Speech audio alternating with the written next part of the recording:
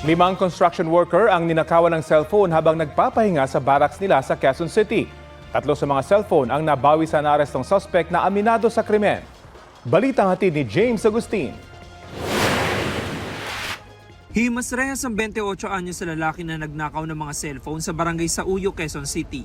Ayon sa pulisya, 5 construction workers na nagpapahinga sa kanilang barracks ang nabiktima ng suspect. So habang nagpapahinga, merong nag-take opportunity, pinasok tong quartering nila. So pinagkukuha yung mga cellphone nila. Tapos habang paalis sila, nagising tong isang construction worker. Kaya nagkahabulan.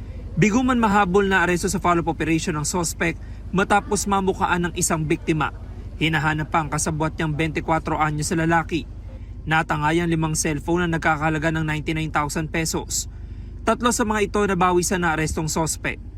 Base sa investigasyon, ang modus ng mga to is umiikot ito sa certain barangay, tapos naghanap ng oportunidad, pumapasok sa mga bahay. Kasi nga ito kumukuha ng cellphone, ng gadget, saka biglang benta agad na to.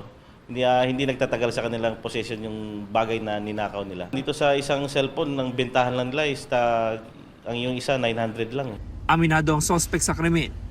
Ginawa ko po kasi po kapos lang po, walang pangkain. Paano kayo nakapasok doon sa loob ng barracks? Inakit ko po sa taas. Taong 2016 nang makulong ang suspect dahil din sa pagnanakaw. Ngayon sinampahan ulit siya ng reklamong robbery.